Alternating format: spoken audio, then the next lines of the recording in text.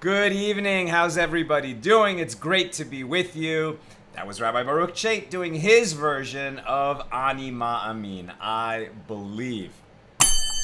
How's everybody doing? Let's light up the darkness. Got the air conditioning on in here because it's so hot. I hope that background buzz is not getting into the microphone too much. Who is with us on a Tuesday? I hope everybody had a great 4th of July and felt proper gratitude for the freedoms that we enjoy in this great country. Shandora in the Bronx, James in Indianapolis, Guy in Ohio, Nancy in North Carolina, Leah in LA, Paula in Chicago, Bella in Florida, Sharon in Fort Worth, Texas. On the road. Nice to have you with us, Sharon. Yosef in Massachusetts, Pauline in Chicagoland. You know, a few of you have been saying Chicagoland a few times in the credits and in the comments, and I just assumed that meant the Chicago area, but I really wasn't sure. So today I finally looked it up, and I get it, right? It's like the Los Angeles metro area or the New York metro area. I guess people in Chicago call that Chicagoland. I like it. It's cool. Stephen in New Hampshire, Tracy in Oklahoma, Paul in the Great Northwest. Paul says shalom. Lucy in Minnesota, Renee in Indiana, Rosalind is checking in, Mary in Austin, Rosalind's in Florida, Elizabeth is in Las Vegas, James in NYC. Welcome everybody. Over there on the YouTube side, Kevin giving us a smiley face. Welcome everybody. Today's episode of AT Daily is sponsored by Jeannie S. I will just say Jeannie S. To preserve privacy because she's dedicating our episode for the healing of her husband, Michael S., who had a surgery. So may we only hear good news. May the learning that we do today accrue to Michael's merit. And if if there's any room for a little bit of extra merit from our learning, that it should just help him have a complete and speedy recovery. And we all say Amen. And Jeannie, thank you for enabling us to share more Torah with more people around the world by sponsoring this episode of AT Daily. All right. We didn't have class yesterday, so we're going to have a double daf today. We're doing pages 119 and 120 here in Tractate Yevamos, the 14th volume of the Talmud. We are in the final chapter, chapter 16. There's just 4 pages. We'll do 2 of them today, then page 121 tomorrow, Wednesday, and we're making a siyum on the final page, page 122, on Thursday. So on Thursday at the regular time, 6 p.m. Pacific, plan to have something to make a l'chaim as we celebrate together completing the 14th volume of the Talmud, and then we'll get right into just the first line of the 15th volume, Kesuvos, right? The laws of the marriage contract. Just a heads up, our final class before the 2-week hiatus, a little bit more than 2 weeks. As I've mentioned a bunch of times, I'm going out of town. This Sunday I'm leaving, and Saturday night it'll just be a crunch because it always is. But I'm the coach of the Masters and Grandmasters golf teams going to the Maccabiah Games in Israel, the Jewish Olympics. So I'm just going to have a lot of duties as the coach. First for the Grandmasters team and then for the Masters team. They don't compete at the same time. So it's going to be a 2-week visit for me in Israel. I plan, with God's help, to post while I'm in Israel and maybe share some of the Maccabeah Games experience, which is exciting and really interesting. I was an athlete in the Maccabeah Games in 1985 as a rower, now returning, almost 37 years later as a coach, but I'm very excited to be part of it. It's a wonderful organization. The Maccabeah organization does so much good in the world, but particularly for connecting Jews to Israel and to their heritage. So it's just not going to be possible to keep the class going during that time. I will keep reading the daf every day, somewhere fitting it in my schedule, and I hope that you will too. Keep reading the page every day on the schedule, and I'll try to share some thoughts as kind of one-off posts on our Facebook page while I'm away. But basically, it's going to be a 17-day hiatus, starting Saturday night until Tuesday, July 26th. And so when I come back, I'll do a highlight show like we've done when we've had other hiatuses like that. And I'll just do, some beautiful highlights from those 17 pages on the one day when I come back. And then we'll just get back on schedule. But definitely don't rely on the highlights show. Keep reading the page yourself every day so that you are doing Daf Yomi. Okay. So today, opening chapter 16 with Mishnah number 1 here of chapter 16. And this is Daf, page 119, right? Kuf Yud Tes. And we're also going to be doing Kuf Chaf, right? So pages 119 and 120 we're covering today. And so I will skip around just a little bit, though it's more than highlights. Okay, so page 119a, Mishnah number 1 of chapter 16. In the case of a woman whose husband and rival wife traveled to a country overseas, and witnesses came and told her, your husband died. Okay, so we've seen a bunch of variations of this situation. Back in chapter 10, we saw that a man goes overseas, and then one witness comes back and says, this man died. If there were 2 witnesses, then the wife would just be free to remarry. Or if the man was childless and left a brother, she would be free to perform yibum or chalitza with the brother-in-law. Then in chapter 15, we saw what if the wife traveled with the husband, and then she is the sole witness who comes back and reports that he died. Right. So on the basis of a single witness, she can remarry, but she takes a risk that if the husband actually was not dead and he comes back, he shows up, and she remarried, she's going to have to leave that second husband, and she's going to be prohibited to the first husband. If she herself is the witness, under most situations, she is believed, even though she benefits from having that testimony accepted. But because the sages were very mindful that we don't want to have a wife stuck waiting for a missing husband who never comes, that they're going to be quite lenient and allow her to rely on the testimony of a single witness, although she takes a risk he might come back, even if that single witness is herself. But this testimony of a single witness is accepted only for that case, the death of a husband to free the wife to remarry. Not, for example, to testify the death of the husband's brother, which would mean that she doesn't have a yavam with whom she has a levirate bond. The testimony of the single witness is only accepted for the husband and for her to rely on to remarry when a single witness says that the husband died. Okay, now here in chapter 16. And excuse my voice, I'm just have a little bit of a cold. I'm trying to shake, please God, before I travel on Sunday. Traveling with a cold is the very worst, but at least I know it's not COVID. Okay, so in the case of a woman whose husband and rival wife travel, right? So this is ancient times. A man could have multiple wives. In this case, the husband traveled with one of the wives, and one of the wives stayed home. So now witnesses came, so 2 witnesses proper, and told her, your husband died. Okay, so now it sounds like she's free to remarry. What's the issue? The issue is we don't know about this rival wife. Did she have a child or not? Right? So if the husband had no child with the wife who stayed home, and he had no child when he left, but if he was away for several years and he was going with one of the wives, then there's good reason to think that, well, that wife might have got pregnant and had a child, and all we've heard is that the man died.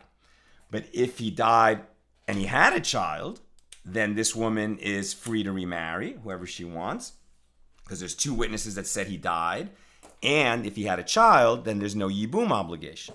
But if we don't know whether he had a child or not, this is the concern of this Mishnah, because we have to ascertain if he did not have a child, then this wife who stayed home has a yibum obligation with the brother-in-law, if there is a brother, and she has to either perform yibum with him or chalitza before she's free to go marry someone else.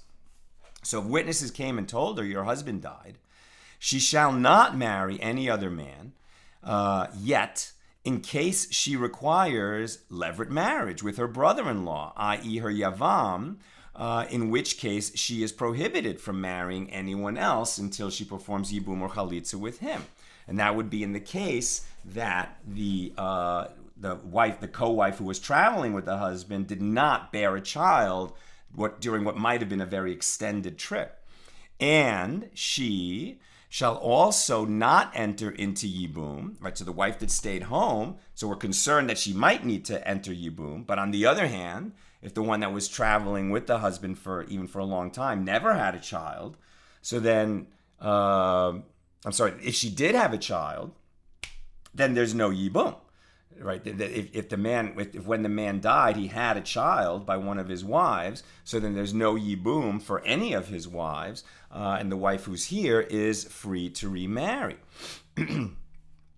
All right, so she shall also not enter into yibum, right? Because she might think, well, there was no child when he left, so I'll perform yibum with my brother-in-law. But that's only possible, right, if the co-wife who was on the road didn't have a child.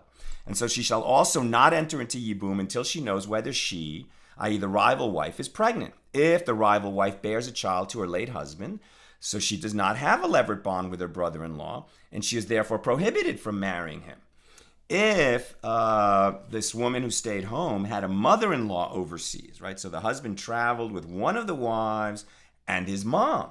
Why does that matter? Because maybe the guy had no brother, but the mom was overseas too, and she might have had a baby during that long extended absence. And so if so, then there is a brother who would become the yavam of the wife who stayed home. So if she had a mother-in-law overseas, but her late husband had no brothers, she need not be concerned that a brother to her husband may have been born. But if her mother-in-law departed from town and she was pregnant when she left, then this widow should be concerned that perhaps her late husband now has a brother with whom she is obligated in levirate marriage, in yibum. And Rabbi Yehoshua says, even in such a case, she need not be concerned and may marry whomever she wishes. That's the Mishnah. The Gemara. The Gemara asks, what is implied by the extra word she in the expression in the first clause of our Mishnah, whether she, i.e. the rival wife, is pregnant or not? And the Gemara answers that it teaches us like this. We are concerned about a possible pregnancy of this rival wife who went overseas with her husband. But we are not concerned about the possibility that he married another rival wife overseas and sired a child by her. So we're seeing that there's levels of probability. He went away with a wife. Okay, so in the normal course of things, if they were away for several years, it would make sense that he certainly had a very strong possibility that his wife got pregnant and had a child. But if he went away, he was gone for a long time, but he didn't have a wife traveling with him, and the one wife stayed home, we don't need to assume or be even concerned for the fact that he might have married a second wife while he was away and had a child with her, because that's a double supposition, right? So we don't have to get so into the weeds on possibilities where it's a possibility of a possibility.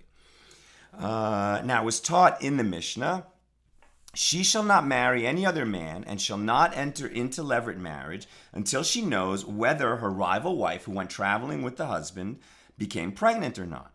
And the Gemara asks, granted she may not enter into levirate marriage because perhaps her rival wife is pregnant, and if so, this widow would encounter the Torah prohibition prescribing a brother's wife. If the man had a child when he died, then the wife who stayed home is prohibited to ever marry the man's brother. You can't marry your husband's brother.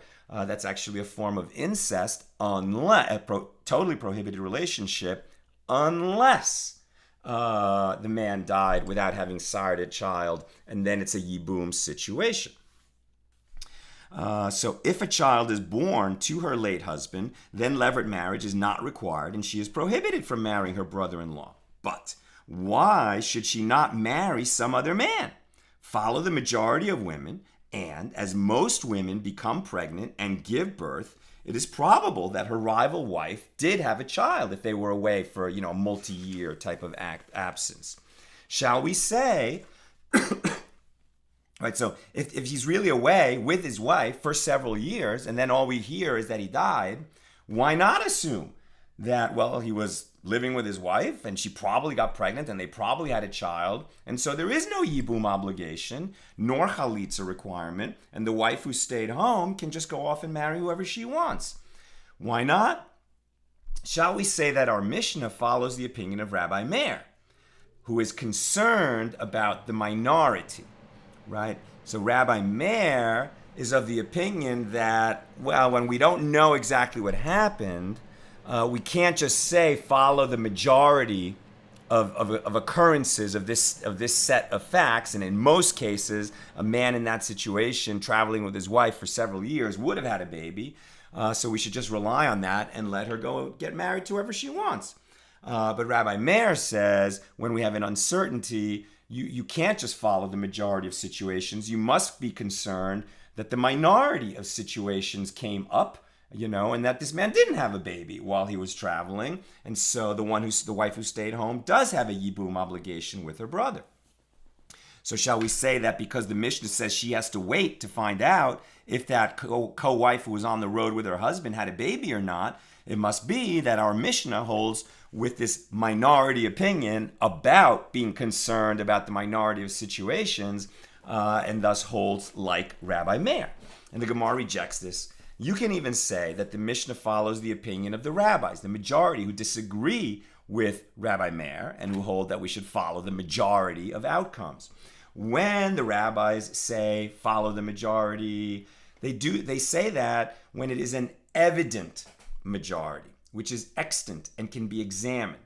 For example, in a situation where a piece of meat is found in front of 9 stores that sell kosher meat, and 1 store sells non-kosher meat, and it is not known from which store the meat came, so it may be assumed that it came from one of the stores that sell kosher meat. It's a 9 in 10 possibility. So Rabbi Meir would say, but it might have come from the one non-kosher store, so you have to assume it's non-kosher, whereas the rabbis would say follow the majority, and probably it is kosher. Now that doesn't mean you can go ahead and eat it, but if you did eat it, what would the outcome of that be? That's a case we'll examine elsewhere. But just in terms of this principle of follow the majority. So what they're saying here is that the rabbis would say, okay, follow the majority, but it's where we have a piece of meat and it's in a place where there are 9 kosher stores and 1 non-kosher store. Whereas this man who went away with his wife, maybe most men would have a baby if he's gone with her for several years, but there's no way we don't have a baby in front of us. We don't know. We don't have enough data. We don't have enough evidence in front of us. And similarly, the Sanhedrin reaches its decisions by a majority vote of its members. But with regard to a non-evident majority, which is based solely upon general statistical information, such as the assertion that most women become pregnant and give birth, even the rabbis do not follow the majority there. Right? We have this principle of follow the majority in certain cases of Torah law, but not in all of them. And this seems to be one where we don't follow the majority in terms of saying that most men would have had a baby if they were traveling with a wife for an extended amount of time. So the Gemara challenges this. But the case of a minor boy or a minor girl Uh, okay, so actually now we're going to skip a few paragraphs, and the Gemara is going to examine the difference between Rabbi Meir and the rabbis, and something that we saw earlier in our tractate, this idea that Rabbi Meir would not allow a minor boy and a minor girl who happened to be a widow and a yavam to perform yibum together, whereas the majority would. Why? Because by performing yibum, they're getting married. Now, we don't know, because they're minors, whether once they hit puberty, are they going to become sexually developed man and woman capable of having children. The majority of the times, yes, most people develop normally and are capable of being a father and mother to children, but some don't. So Rabbi Meir, who's concerned for the minority, would say we can't let these minors get married now, because it might turn out that one or the other or both do not ever sexually develop, are not going to be capable of siring children, and therefore, when they get married, and therefore, in the yibum context, and they're going to have sexual relations for the purpose of consummating that marriage, it's actually licentious sex, because it's not, when you have sex in a yibum situation, it's for the purpose of creating an heir for the man who died without having had a child. And if they're not capable of having children, then that's not possible. And we don't want them to, have sex just for the sake of having sex, as it were. And so Rabbi Meir is concerned for the minority in that situation, whereas the rabbis say, no, we permit a minor yavam and yavama to perform yibum, because in most cases they will develop sexually and will be able to have children. Then they apply the same principle. The Gemara asks, well, wait a minute, our Mishna said that if the mother-in-law was traveling, right, a woman stays put in her country, and her husband travels, let's say with the co-wife, one of the wives goes with him, and now in the second case takes his mom with him, right? So now the mother is also overseas. Now, if the mother had a child while she was away, and there's no other son that's left in the country where they left from, so there would be no yavam unless this mother-in-law had another son. So then if her husband dies, but the mother-in-law had another son who was alive when her husband died, so now even though he might be very young, he is her yavam, and she's going to have to perform chalitza with him or marry him. So now that we're saying that somebody who's traveling with his wife over the course of time, the majority of times will have a child with her, should we also be concerned that the mother-in-law might have a child, and that there is a yavam that we didn't know about before but who exists now? And the Mishnah said, no, we don't have to worry about that. So are we saying that, the first part of the Mishnah follows Rabbi Meir, that we are concerned about the minority, and the second part of the Mishnah follows the rabbis, that we're not concerned about the minority? And so we pick it up on page 119b, a few lines down. So it was taught in the Mishnah that in the case of a woman whose husband and rival wife went overseas, and then her husband died, she shall not marry, and she shall not enter yibum until she knows whether her rival wife is pregnant. And the Gemara asks, but must she wait indefinitely? How long must she wait? What if that wife never comes back and she doesn't get any news about whether she had a child or not? Then what? She should be permitted to perform chalitza with the brother who's still in her country on account of the uncertainty, and then marry another man. Why would we, if we're concerned that the husband who was traveling with a co-wife might have had a child, which would mean that the one who stayed home is excused from yibum, but we're not sure. Okay, so after enough time passes, let her just perform chalitza with the brother who's still here. So if there was a child born, this chalitza is meaningless. It doesn't matter, but you performed a meaningless ceremony. It's not the end of the world. And if she didn't have a child, the co-wife who was overseas, then the chalitza was necessary. But in either case, now the wife who stayed home is free to remarry. Doesn't that make sense? Rather than have her wait indefinitely to find out whether the traveling wife had a child or not. So Zeri said, in order for herself to be permitted to marry, she must wait 3 months after performing chalitza, meaning if she herself is the one who testified that her husband died, so she has to wait 3 months before performing chalitza with her brother-in-law so that she can be free to remarry. What's the 3 months all about? 3 months is how long we make a widow or a divorcee wait before remarrying to make sure that they're not pregnant by the former husband.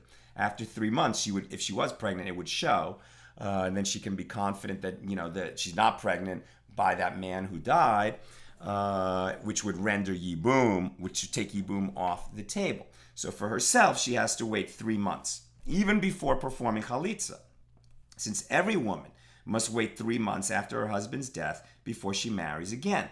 Additionally, due to the concern for the possibility that her co-wife may be pregnant, she must wait 9 months,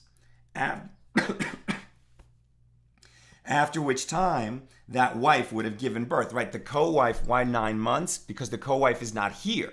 The co-wife went overseas, and we haven't heard what happened to her. All we heard was that a witness came back, or even witnesses, and said that the husband died. But we don't know what happened with that wife who was on the road, whether she had a child or not.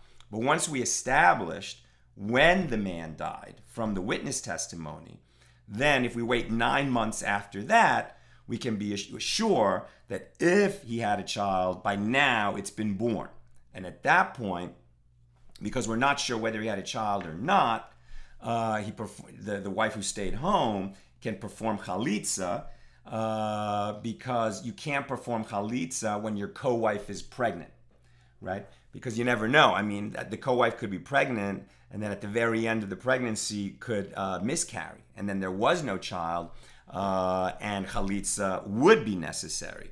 Or the child is born viable, and then chalitza is not necessary. But in any case, you have to wait 9 months with respect to whether the co-wife had a baby or not from the date of when the witnesses said the husband died. 3 months, right? She must wait 9 months, after which time the wife would have given birth had she been pregnant. And then the one who stayed home performs chalitza, whichever way you look at it. If her rival wife gave birth in the meantime, she is permitted to marry anyone else she wishes, and the chalitza is superfluous. If a rival wife did not give birth, then necessitating levirate marriage, she is exempted by the chalitza. However, she may not perform chalitza earlier, because chalitza performed while any wife of the deceased husband is pregnant is an ineffective chalitza. Now, Rabbi Hanina, now we're going to, and that's where we're going to conclude our discussion of Mishnah number 1, just because we're covering 2 pages today. Now we go to Mishnah number 2, near the bottom of page 119b. Mishnah number 2, if there are 2 sisters-in-law married to 2 childless brothers who testify about their marital status, and this one says, my husband died, and that one says, my husband died. Now, do you see what the problem is? We've been doing this together enough, and now you could start to see, right? So there were 2 sisters-in-law, meaning 2 women married to a pair of brothers, right? So they're not sisters of each other. They're just the 2 wives of a pair of brothers. Now, they were all on the road, right? I guess they all were traveling. It doesn't even matter if they were traveling or not. But both women are now become the sole witness of their own husband's death, right? So this woman says, my husband died. And the other woman says, my husband died. And the 2 husbands were brothers, right? Now, normally, a woman is believed to say, my husband died, and she's free to remarry. Here, however, what you have is both men are dead, but with respect to the testimony of whether my brother-in-law is dead, right? One of the widows, her husband died and his brother died. But she cannot testify herself about, in fact, she wasn't the witness to it. Only her sister-in-law, her brother-in-law's wife, is the only one who saw that this brother died. Now, the brother is her yavam. Right? Once her husband dies, and he had one brother, that brother is her yavam. Now, the yavam's wife says that the yavam died. But a single person's testimony even a wife's testimony, is only believed to free her to remarry, not to establish that her yavam has died. That's the problem here, right? So there were two women married to two brothers, and one of them says, my husband died, and the other one says, my husband died. Although each one of them is deemed credible with regard to her own status as a widow, this one is prohibited from marrying due to the possibility that the husband of the other sister might still be alive, and there was only one witness testifying that he's dead, which obligates her in levirate marriage. And that one is prohibited from marrying due to the husband of this sister, according to the same rationale. Although each is afforded credibility as to her own husband's death, the law is that sisters-in-law are among the 5 types of women who are not accorded credibility with regard to each other's permissibility to marry because of possible conflicts of interest.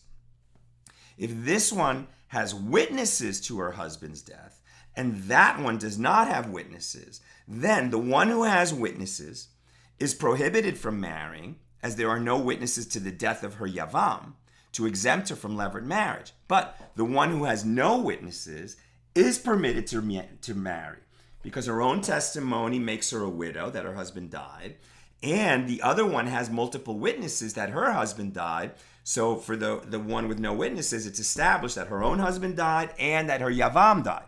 She's free to remarry. Unfortunately, the other woman is not free to remarry because we don't have established by 2 witnesses that her yavam is dead. And likewise, if this... wait a minute. Right. So if this one has children and that one has no children, then the one with children is permitted to marry, as she herself is deemed credible with regard to her husband's death, and her children exempt her from levirate marriage. But the one without children is prohibited from marrying, as the death of her yavam has not been corroborated independently of her sister-in-law's single person testimony. If there were 2 additional yevamim with whom these 2 widows entered into levirate marriage, right? So there were 2 brothers, and they each were married, right? And then the only one who witnessed their deaths were their own wives. But there were 2 other brothers. So now these 2 women have the possibility of performing yibum, or chalitza for that matter, with the 2 surviving brothers. Right, so if there were 2 additional yevamim with whom these 2 widows entered into levirate marriage, so if they'd perform yibum, and then those second pair of brothers, if they died and were childless, so then the women are prohibited from marrying, since the concern about the additional living yavam still remains, just like in the first place.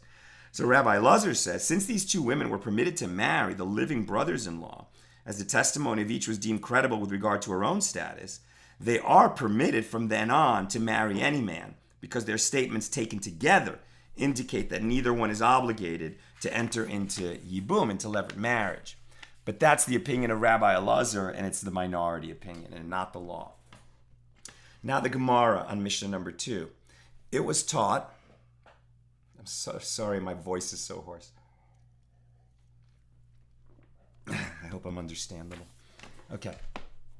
It was taught in a baraisa, if this one has witnesses that her husband died and also has children, then the other has neither witnesses, and the other has neither witnesses nor children, they are both permitted to marry. This is because the woman who has children is exempt from yibum, so she can remarry, and the one who has no children may rely upon the witness's testimony that her yavam died.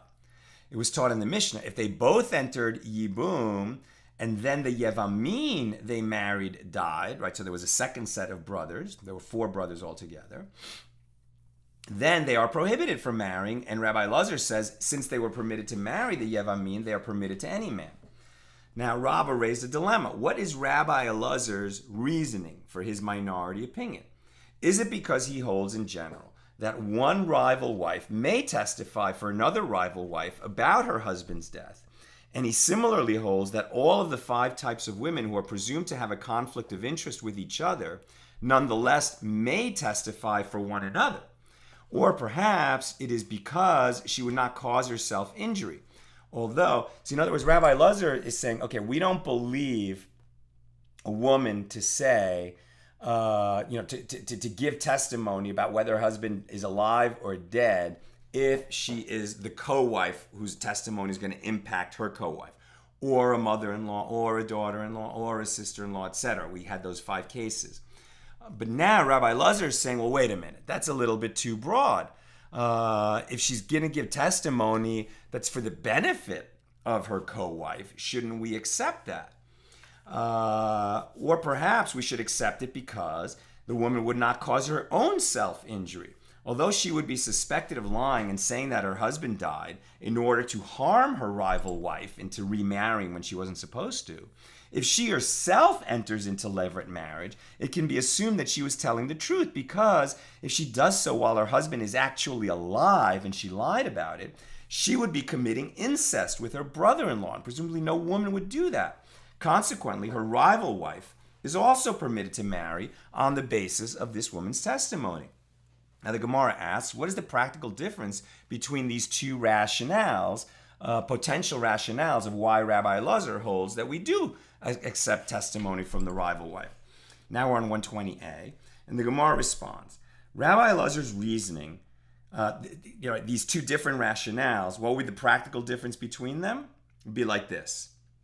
With regard to allowing the rival wife to marry before the woman herself, i.e. the woman who testified that her husband died, remarries. So if you say that according to Rabbi Elazar, one rival wife may testify for another, then, although the woman who testified that her husband died has not yet remarried, we allow her co-wife to marry. Since the woman's report is deemed credible with regard to herself, it is also deemed credible with respect to her co-wife. However, if you say that Rabbi Elazar's reasoning is due to the presumption that she would not cause herself injury, then, if she has actually married, one may allow her co-wife to marry. But if she has not herself remarried, we would also not allow her co-wife to marry. Now, what is the basis? Right? That would be the logic, but what is the actual basis for Rabbi Elazar's ruling? And the Gemara suggests, come in here a resolution based upon the wording of the Baraisa. Rabbi Elazar says, since they were permitted to marry the brothers-in-law, they are now permitted to marry any man. So granted, if you say that his reason is because she would not, and this is in the case where there were 2 women married to 2 brothers, and they both died, and the only witnesses to the deaths were the women themselves. But they left 2 other brothers, and then the women both performed yibum, each with one of those brothers. And then those brothers died. So each woman had 2 brothers, married a man and he died, and then married his brother and he died, and never had children with any of them. So in this case, the rabbis, the majority say, well, now we're back to the same situation where we can't establish that the original husband is dead in his role as a yavam, and so they're not permitted to remarry.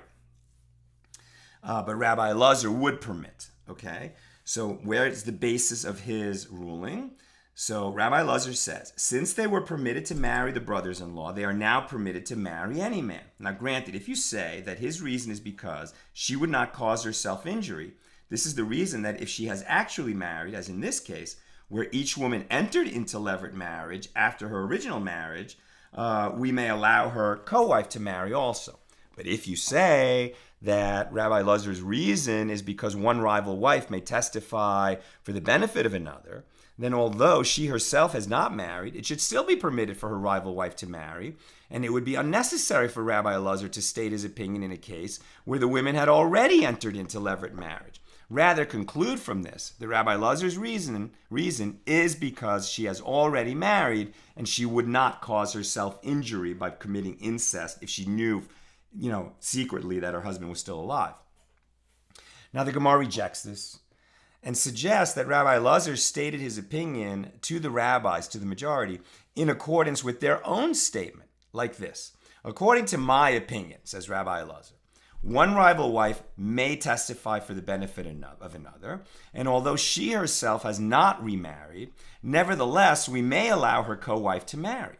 But even according to your own opinion, admit in any event that where she has actually remarried, we may allow her co-wife to remarry because she would not cause injury to herself.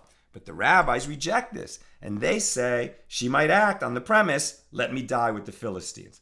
In other words, that possibly a co-wife could hate her rival wife so much that she would even commit a great sin and a major stain on her own soul in order to inflict the same outcome on her co-wife. Now, and so that's the concern. Then the Gemara suggests another solution, but we're going to skip that and now go to Mishnah number 3. And we are sort of down about halfway down the page on 120a. Here's Mishnah number 3 of chapter 16.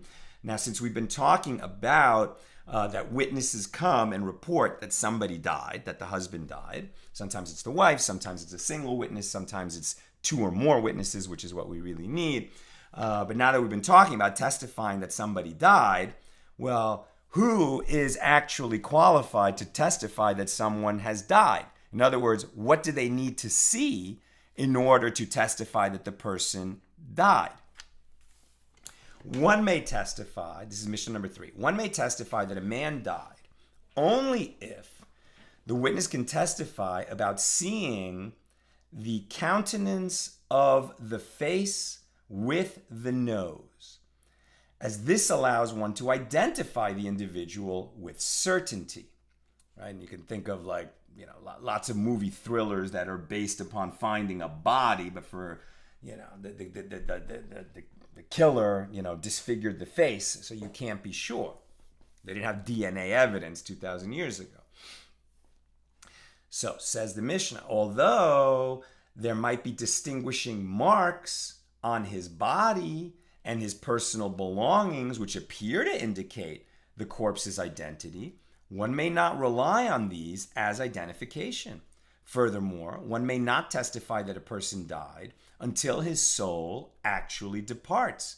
And even if one saw him cut open and severely wounded, or crucified, or with a wild animal eating parts of him, still this witness may not testify that he died. You can't say that you saw a man die unless you actually witness his death. The fact that his death was certain, given the circumstances, that he would bleed out or the animal would devour him or whatever, but at the moment that you saw, he was not yet dead, so then you cannot testify that you saw a person die. Additionally, one may testify to someone's death only when they witnessed the corpse up to 3 days following the death, and not after that, because the appearance of the corpse may change due to decomposition. And Rabbi Yehuda ben Bava says, one cannot establish general guidelines for this matter because not every person, nor every place, nor every hour is identical. Decomposition is not uniform. It occurs at different rates in different situations. That's the Mishnah.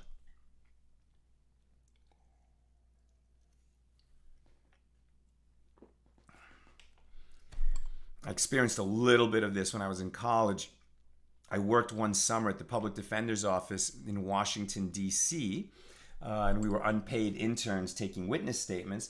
But one of the things that they did for us is they kind of introduced us to various aspects of the criminal justice system. We did ride-alongs with the police, and we visited a prison and I think a jail and the lockup. And we also visited the morgue and witnessed an autopsy. And oh my God, I mean, they brought in a body that day. The smell is unimaginable. A body, a victim of a murder, who had been left in the trunk of a car in the summer in Washington, D.C. for several days. I don't know how many days. More than 3. And that corpse, I mean, I won't get into the details, but I can say that it would be very difficult to identify who that person was. Okay, the Gemara. The sages taught in a Baraisa, if the witnesses saw his forehead, but not the countenance of the face, or if they saw the countenance of the face, but not his forehead, they may not testify that it is this person until they see both of them with the nose, right? Enough of the face that they can be sure they know who it is. Abaye said, and some say it was Rav Kahana who said, what is the verse from which it is derived that one may testify that a man died only if he sees the face and enough of the face? The verse is from Isaiah 3:9, the show of their face does witness against them, which indicates that one clearly recognizes another only upon seeing his face. And it's not enough, even if you knew he had a certain tattoo or a certain birthmark or a mole or, some kind of distinguishing feature on the body. But no, even though you're sure, it's not going to be accepted as witness testimony unless you saw the face of the person when they were actually dead and within 3 days of the death. Within 3 days after the death. So the Gemara relates that Abba bar Marta, who is also known as Abba bar Minyumi, had been loaned money by members of the household of the exilarch, right, the head of the Jewish community in Babylonia, since he did not want to be seen by these violent people. Wow. I mean, that's just kind of, they just say that in passing, but I guess in that particular generation, the exilarch had goons on staff to collect loans. Who knows? But at any rate, this person was concerned about that. So since he did not want to be seen by these violent people, he brought wax, kira, and he stuck it to a strip of worn out fabric, and he stuck all of that to his forehead in order to alter his appearance. And he passed before them, and they did not recognize him. And this incident shows how much a person's face changes when the appearance of his forehead is altered. We learned in the Mishnah that although there are distinguishing marks on a dead person's body and clothing, one may not rely on these as identification. And the Gemara asks, is this to say that distinguishing marks are not recognized as valid identification by Torah law?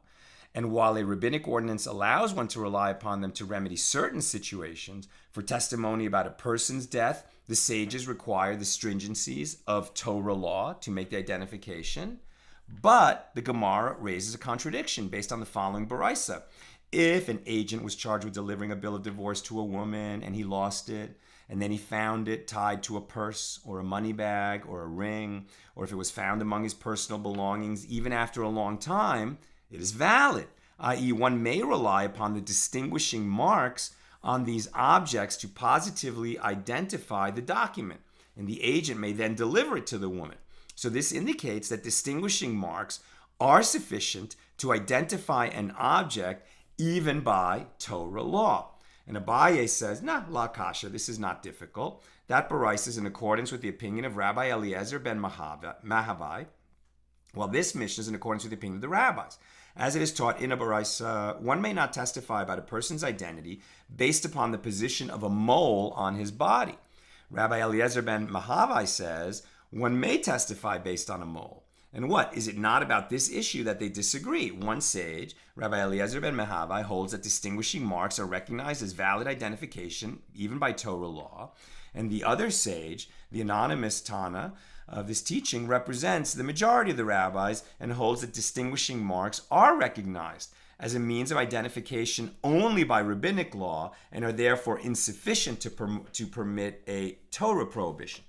So Rav has said, actually, it is possible that everyone agrees that distinguishing marks are recognized as valid identification by Torah law.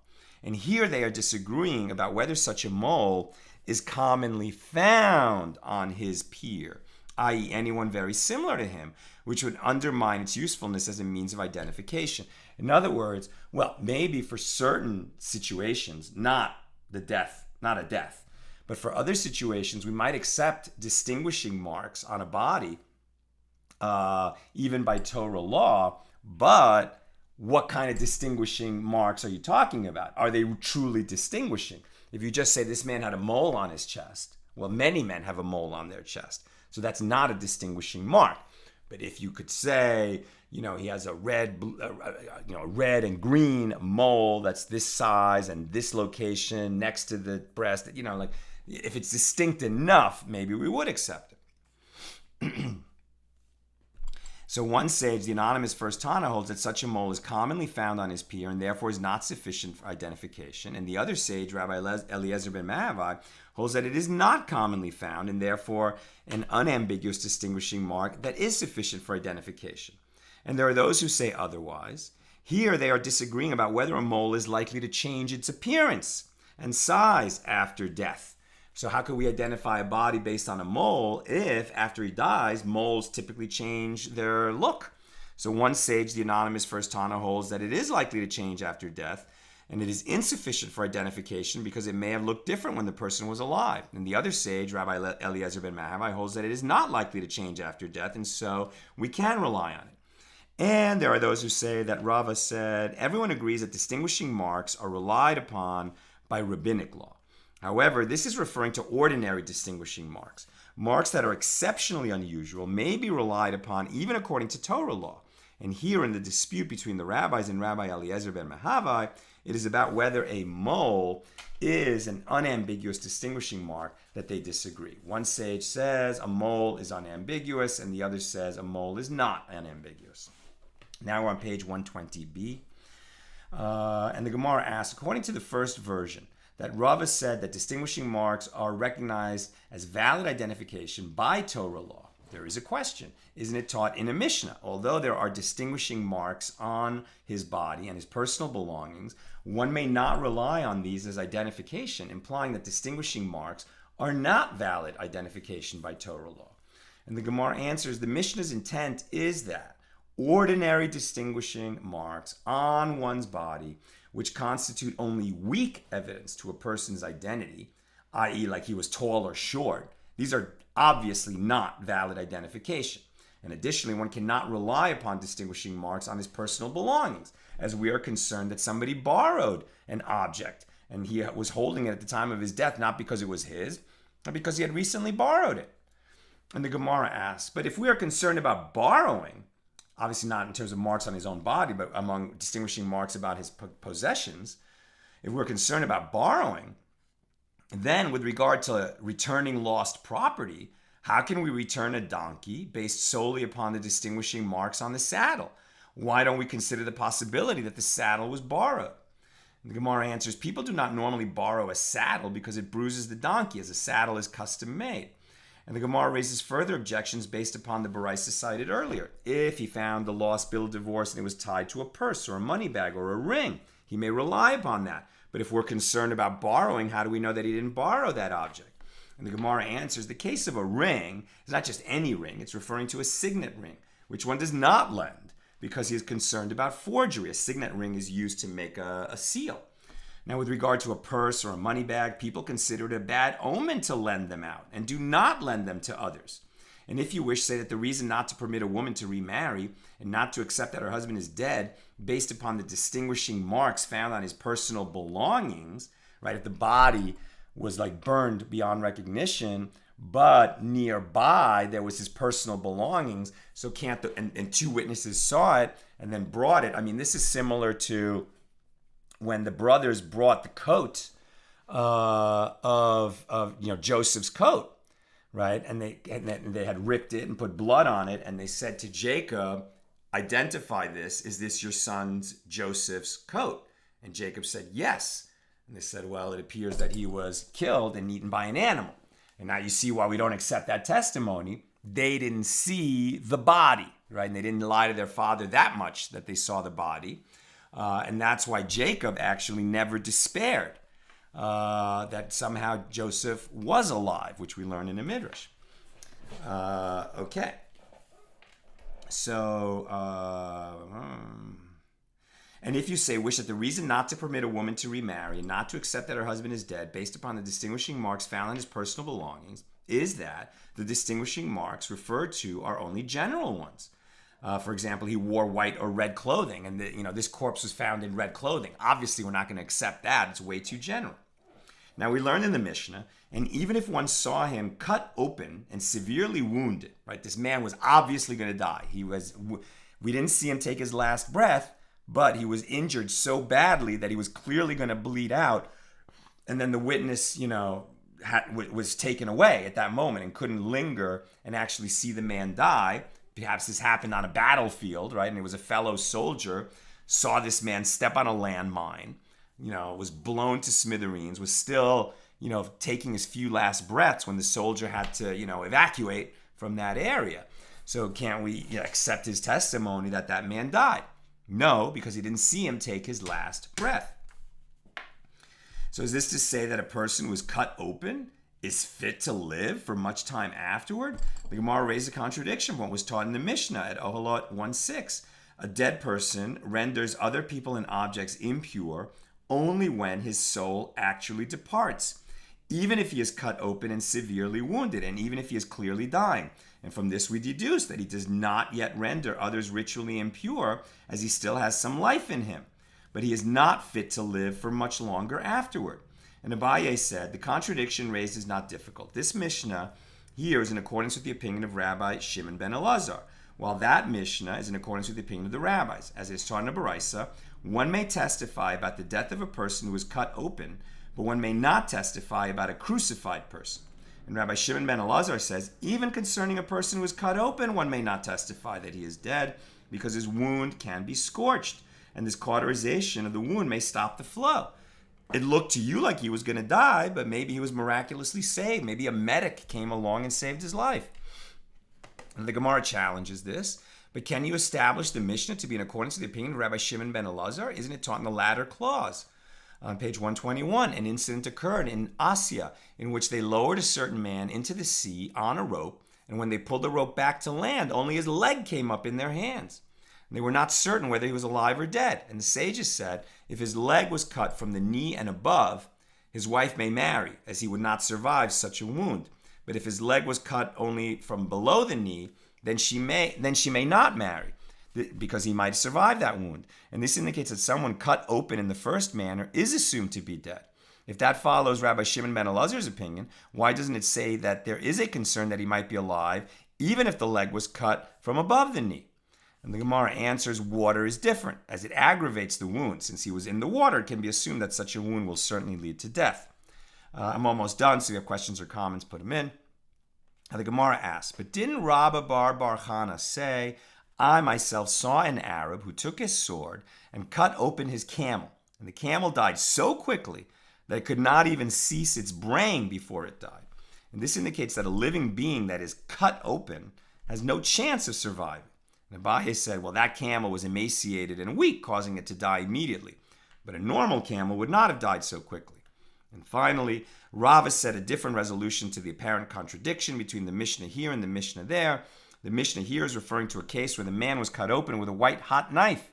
And everyone agrees that one may not testify to the death of a person wounded in such a manner as the wound might close due to the cauterizing effect of the heat.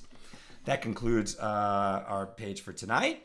And we'll pick it up tomorrow at page 121. I'm going to take comments and questions in a second. But just a reminder, if you didn't hear it at the top of the show, we have page 121 tomorrow and then page 122 on Thursday. And that's the final page of this tractate. So we'll make a siyum, bring something to make a l'chaim, and celebrate with us the completion of our 14th volume together in our Daf Yomi journey. Then we'll have class on Friday at the regular time, noon Pacific. And then we're going to go on a hiatus for 17 days while I travel to Israel as the coach of the Grandmasters and Masters golf teams at the Maccabiah Games. And I'll certainly try to post from Israel about the Maccabiah Games experience and maybe even some thoughts on the pages. I'm going to keep reading the pages of Talmud, but we're not going to have our regular show until I return. Our next show will be on Tuesday, July 26th, at which time I'll do some highlights from those 17 pages that we missed doing together, and that way we'll get back on schedule when I return. And we'll post that reminder on the Facebook page as well. Okay, let's see questions or comments.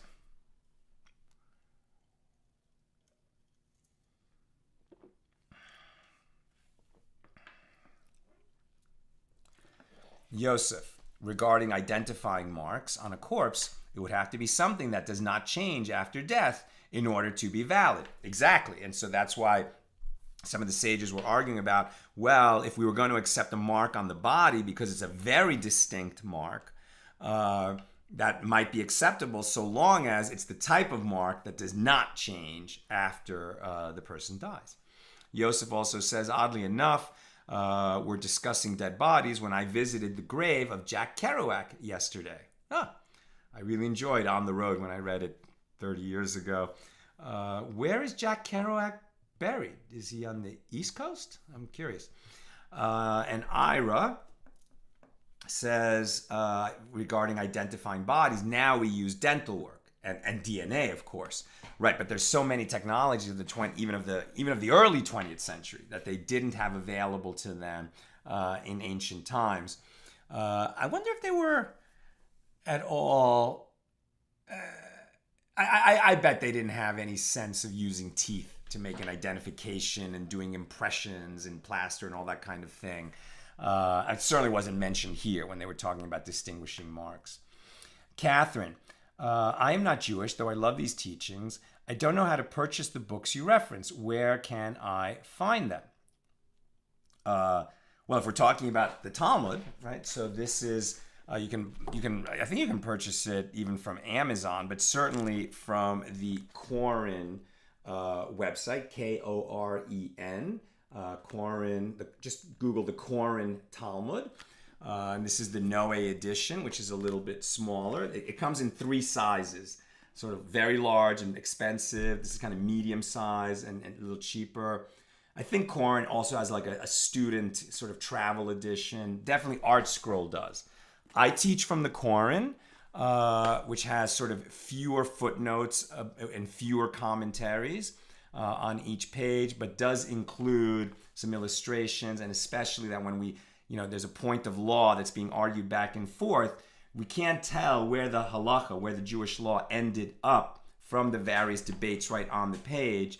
But in the Koren, there's always a footnote that tells you when there's a debate of what the law is, it tells you where the law ended up, and I like that. But my first journey through Daf Yomi, I did use the Art Scroll, so that's a different publisher. So either Koren, Koren, or Art Scroll, Artscroll.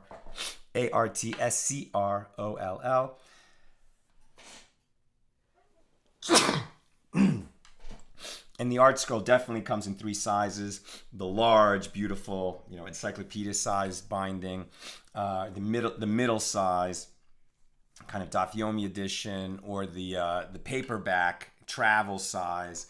And also both of them, I think, now have digital editions, which they didn't used to have. But digital is not so good if you're Jewish and keeping Shabbos and you want to read your daf on Shabbos. You couldn't do that on your iPad or phone or something. But you could print it out before Shabbos and then have it that way. And thank you, Yosef, for letting me know that Jack Kerouac is buried in Lowell, Massachusetts. I didn't know that. Okay, that's what I've got for us today. And with God's help, we'll be together again tomorrow for page 121 at the regular time, 6 p.m. Pacific. Have a great night.